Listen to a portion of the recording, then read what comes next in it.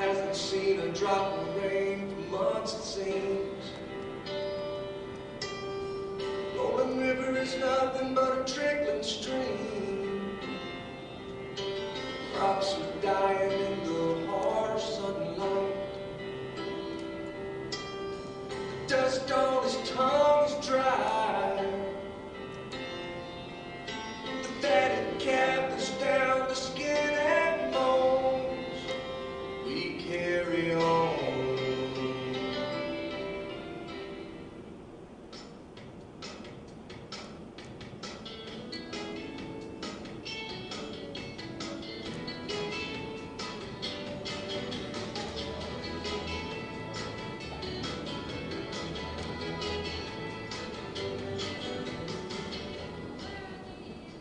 We observe their training, we offer suggestions, we point out directions they may want to go.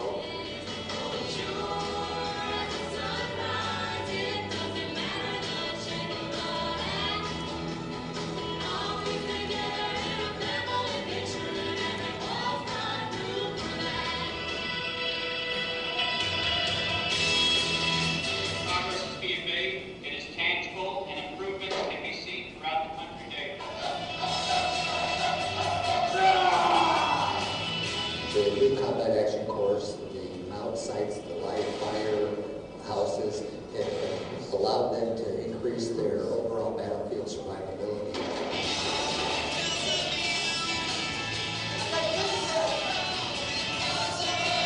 It's difficult for them to learn all this stuff in so small time, but I think they do a great job.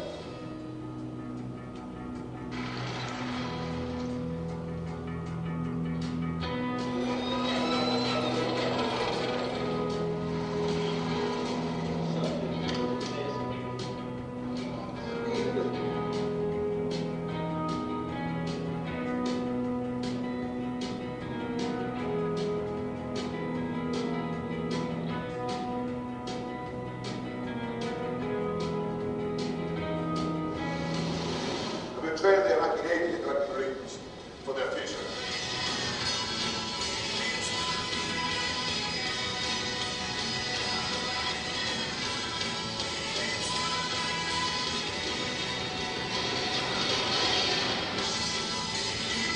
The current focus of the Iraqi Air Force is to build a credible and enduring force capable of providing air sovereignty for the people of Iraq against both internal and external threats.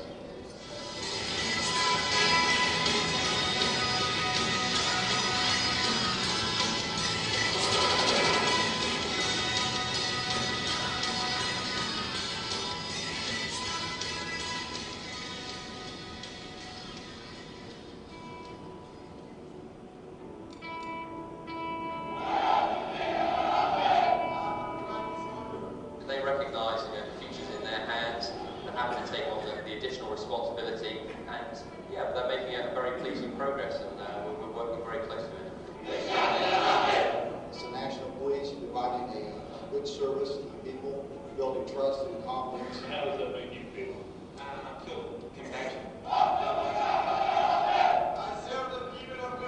From now, I have the job that I want to serve my country. So I just want to tell my people, Iraqi people, that we are ready to protect them from the terror, and we are in any place that they need us, we will be available.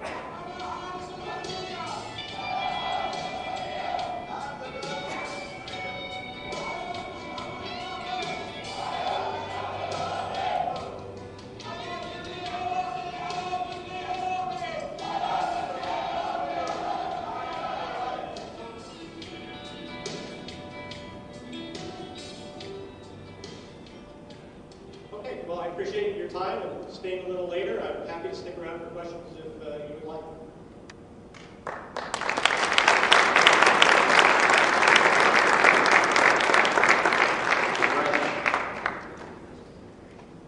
Good to see you, Joe. Does the U.S. federal government have any monetary obligation now? Do we subsidize any civilians or contractors? Well, we pay for, of course, the 16,000 folks that are there for the embassy, and yes, there are still programs for Iraq, like we have programs around the rest of the world. It's very small portion of our overall budget. I think it's critically important both in Iraq and elsewhere. Do we pay for the civilian contractors, or do they, the Iraqis? No, the 16,000 folks at the embassy, including the contractors, are paid for by the U.S. And the others are, somebody's a security contractor. Oh, a lot of these security contractors, they're from El Salvador, Nigeria. Are they paid by the Iraqis?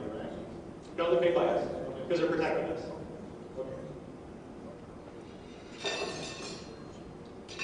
Right.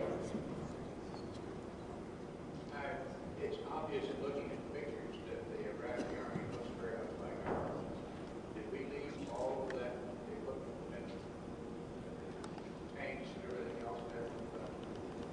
Yes, a lot of their equipment is U.S. M1 tanks, artillery, all those sorts of things. We're selling F-16s. But they have a lot of equipment from other places as well. Their military is quite a hodgepodge. And it's a good segue to, a lot of people say, were we imposing our system on them, the military, or any other ways? And the short version is, no. I think there were certainly a lot of things they adapted from us that they wanted to, a lot of things they kept, and a lot of things they got from elsewhere as well, both militarily as well as in other ways. Other questions?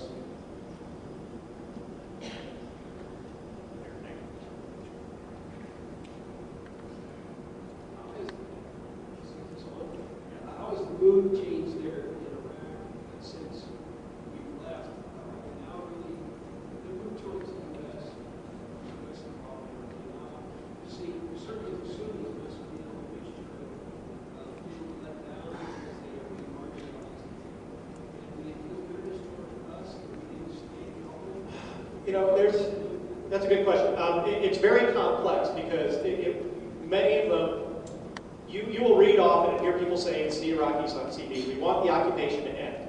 I have Iraqis literally poking me in the chest about ending the occupation and then saying, but we still want a relationship with you, just not one that has that perception, or there were some cases of reality. That's one reason why that clean break was necessary. But most Iraqis, I go back to that quote I put up at the beginning, they wanted the occupier to go, they wanted the protector to stay. I was wondering if you could talk a little bit about the NGO community in Iraq. It seems like there's a big effort. You know, we support the military, really provide training for the military, but if we want to, you know, foster democratic institutions and stuff like that, it doesn't come from the ground roots. Then we're going to need local non-governmental organizations help, you know, provide that. Which they don't have a history of coming out of the dictatorship. I think nature, they're very inclined to that. Things like this group, Chambers of Commerce, and you know, women's organizations, and men's organizations, and all these different professional, civic, and social clubs. Absolutely, it's critical. It's something that we have had some involvement in supporting in the past, and that's my argument about public diplomacy, because I think that's how you really engage these groups. You pick a group, environmental issues. There's people over there that want to work on pollution and air pollution and water pollution, all sorts of things.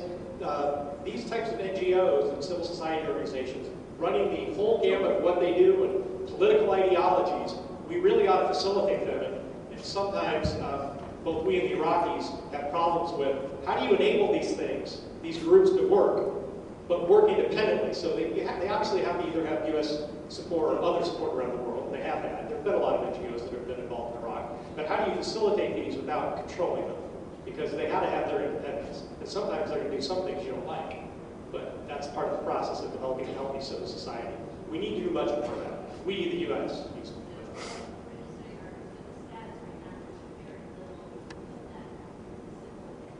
It's still growing, yes. There's very little of that infrastructure. Some of it grew and then got choked or died because there's a lot of complexity in how to do this. Everything from fundraising and how you do that in an open and transparent way.